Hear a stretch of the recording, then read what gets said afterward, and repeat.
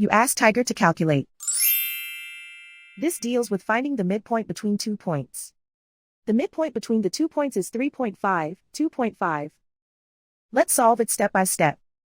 Plot the 2 points and calculate the midpoint using the formula. The coordinates of point 1 are x1 equals 7, y1 equals 4. The coordinates of point 2 are x2 equals 0, y2 equals 1. PM represents the midpoint of the 2 points.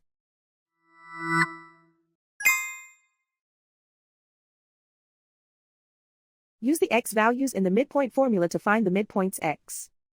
x1 equals 7.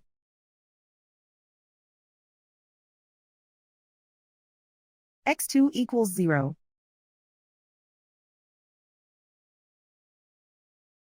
Simplify the arithmetic.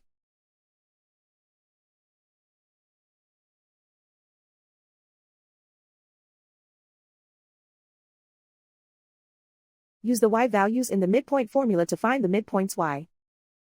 y1 equals 4.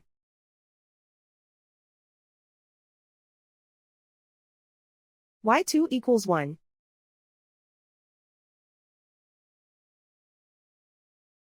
Simplify the arithmetic.